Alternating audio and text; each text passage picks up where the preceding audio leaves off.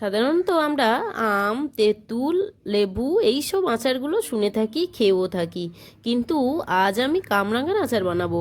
নমস্কার বন্ধুরা, আমি অমৃতা চলে এলাম অমৃতা রান্নাবান্না চ্যানেলে কামরাঙা টক ঝাল মিষ্টি আচার নিয়ে। এই ফলটি কামরাঙা, স্টার ফ্রুট, যে যাই নামে চিনে থাকুন, আমরা তো কামরাঙা বলে থাকি। আপনারা কী নামে চেনেন অবশ্যই সেটা কমেন্টে জানাবেন। এই ফলের মধ্যে থাকে ভিটামিন সি ভরপুর। এই আচারটি খেতে খুব ভালো লাগে, আর এই আচারটি বেশি দিন কিভাবে ভালো থাকবে সেটি আজ আপনাদের সঙ্গে আমি শেয়ার করব। তবে চলুন আচারটি বানানো শুরু করি। বানানোর জন্য আমি নিয়েছি এখানে কয়েকটা কামরাঙা। তো কামরাঙাগুলোকে ভালোভাবে ধুয়ে নিয়ে তারপরে আমি ভালোভাবে মুছে নিয়েছি। এখন দেখুন একটু জল লেগে নেই এর মধ্যে, খুব ভালোভাবে আমি মুছে নিয়েছি। এখন আমি কামরাঙাগুলোকে কেটে নেব। দুই দিকে কেটে নিয়েছি। এখন আমি কামরাঙার শিরটা কেটে দিচ্ছি। কামরাঙার শিরগুলো একটু কালচে ধরে থাকে, এইগুলোকে অবশ্যই কেটে দেবেন। এরপরে আমি সুন্দর করে পিস পিস করে কেটে নেব কামরাঙাগুলো, ঠিক দেখতে যেন স্টার ফ্রুটের মতন লাগে। খুব মোটা করে কাটবো না বা খুব পাতলা করেও কাটবো না, ঠিক দেখুন আমি যেমনটি করে কাটছি এমনি করেই কাটবেন। অনেক সুন্দর লাগে কামরাঙার এই কাটা টুকরোগুলো দেখতে। দেখুন কি সুন্দরভাবে কেটে নিয়েছি কামরাঙাগুলোকে। আমি প্রত্যেকটি কামরাঙা এই রকম সুন্দরভাবেই একই সমান করেই কেটে নেব।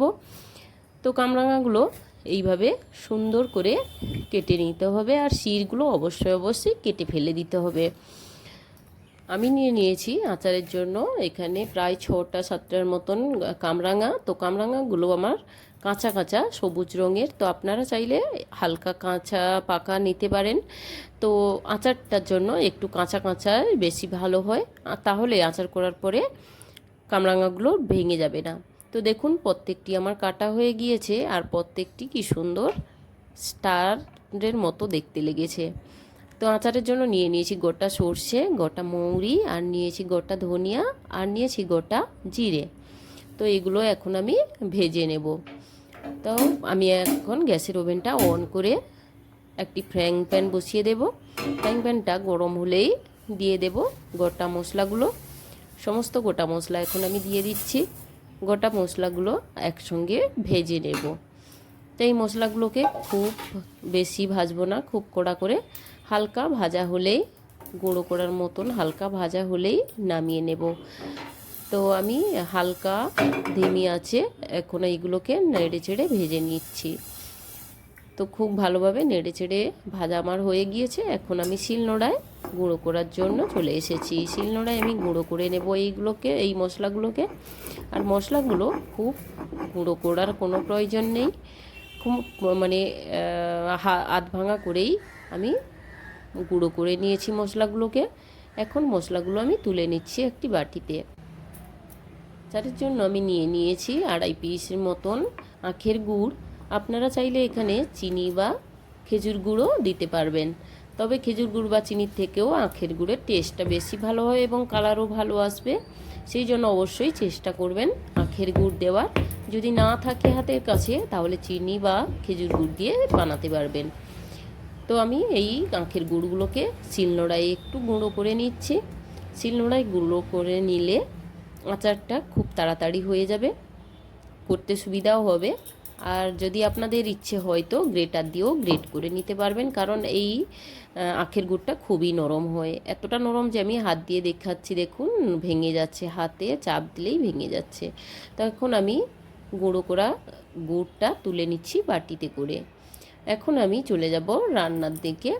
তো রান্নার জন্য আমি নিয়েছি মশলা। এখানে নিয়েছি 3টে শুকনো লঙ্কা, নিয়েছি 2টো তেজপাতা, নিয়েছি কালো জিরে, আর নিয়েছি লবণ, নিয়েছি হলুদ, নিয়েছি লঙ্কার গুঁড়ো, আর নিয়েছি এখানে একটা পাতিলেবু। তো সব কিছু মশলাগুলো এখন আমি নিয়েছি। এখন রান্না শুরু করি। তো এখন আমি গ্যাসের ওভেনটা অন করে নিয়েছি, নিয়ে একটি কড়াই বসিয়ে দিলাম। কড়াইটা গরম হয়ে গিয়েছে, এখন আমি দিয়ে দিচ্ছি সরিষার তেল। অবশ্যই করে যে কোনো আচার করার সময় সরিষার তেল ইউজ করবেন, তাহলে ভালো হয়, আচারটা খুবই ভালো থাকে, অনেক দিন ধরে ভালো থাকে। তো এখন আমি তেজপাতা দিয়ে দিলাম শুকনো লঙ্কা, আর দিলাম গোটা মৌরি। এখন দিয়ে দিচ্ছি একটু কালো জিরে। অল্প করে 1 চিমটি কালো জিরে। তো সব কিছুকে আমি নেড়ে চেড়ে ভেজে নিয়েছি। এখন আমি দিয়ে দিচ্ছি এই তেলের মধ্যে কাটা কামরাঙার পিসগুলো।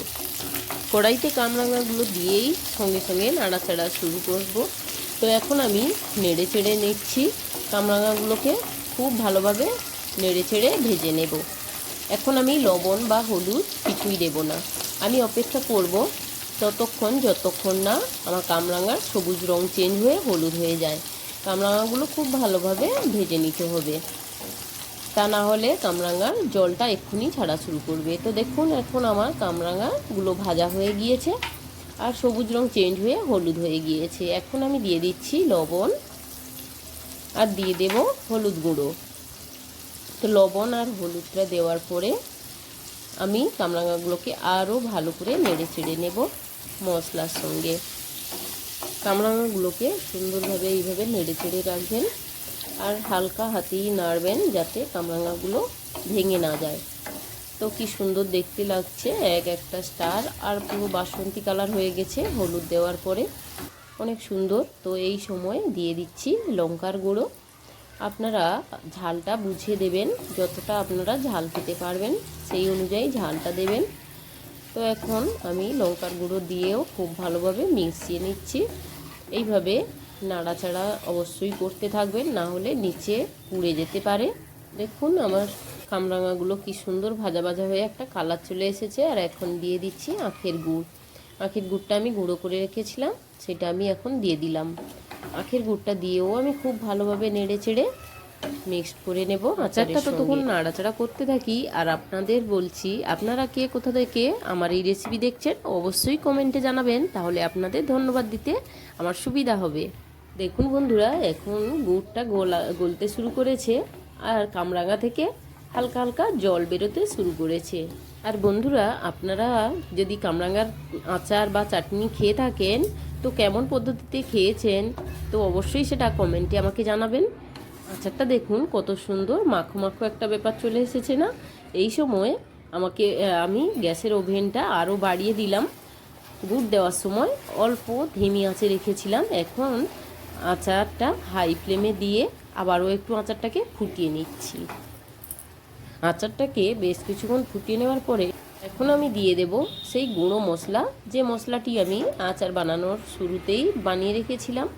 এই ম্যাজিক মশলাটা অবশ্যই আচারে দিয়ে দেবেন, আচারটা খুব ভালো হবে, খুব ভালো লাগবে। তো এই সময় আচারের মশলাটা আমি দিয়ে মশলাটাকে খুব ভালোভাবে আচারের সঙ্গে মিশিয়ে নিচ্ছি। তো দেখুন মশলাটা আমার মেশানো হয়ে গিয়েছে আর খুব সুন্দর কালার চলে এসেছে। আর এই সময়ে আমি দিয়ে দিচ্ছি একটা গোটা পাতিলেবু কেটে রেখেছিলাম, এইটাকে পুরো রসটা নিকড়ে দিয়ে দিচ্ছি আচারের মধ্যে। লেবুটা অবশ্যই দিয়ে দেবেন, এটা আপনাদের আচারটা ভালো রাখতেও সুবিধা হবে আর টেস্টও ভালো হবে।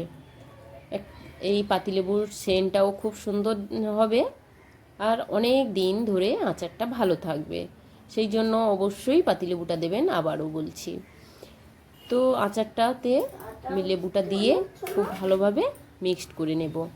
আচারে লেবু দেওয়ার জন্য একটু দেখুন গুড়ের মাঝে জলটা কেটে গিয়েছে, এইভাবে ঘাবড়ে যাবেন না, কোনো ব্যাপার নয়। গুড়টাকে মিশে নিলেই আবারই ঠিক হয়ে যাবে। গুড়টা ফুটিয়ে নিচ্ছি, এখন কিন্তু একেবারে লো ফ্লেমে রয়েছে আমার এই আচারটা। এখন আমি হাই ফ্লেমে দিয়েছি আচারটাকে কিছুক্ষণ ফুটিয়ে নেওয়ার জন্য। আচারটা আমার পুরোপুরি রেডি। এখন আমি গ্যাসের ওভেন অফ করে আচারটাকে নামিয়ে নিচ্ছি। দেখুন আচারের টেক্সচারটা কত সুন্দর এসেছে। আর বন্ধুরা, অমৃতা রান্নাবান্না চ্যানেলে অনেক সুন্দর সুন্দর আচার, পিঠে এবং মাছ, মাংস, ডাল, শাকসবজির নানা রকম রেসিপি পাবেন। বন্ধুরা, এই রকম সুন্দর রেসিপি পেতে অমৃতা রান্নাবান্না চ্যানেলটি সাবস্ক্রাইব করে পাশের বেল বাটনটি প্রেস করে রাখুন। আর রেসিপি ভালো লাগলে অবশ্যই লাইক, কমেন্ট ও শেয়ার করে পাশে থাকার অনুরোধ রইল। ফিরে আসছি পরের রেসিপিতে, ততক্ষণের জন্য ভালো থাকবেন, সুস্থ থাকবেন। ধন্যবাদ। রেসিপি পেতে চ্যানেলটিকে সাবস্ক্রাইব করে রাখুন।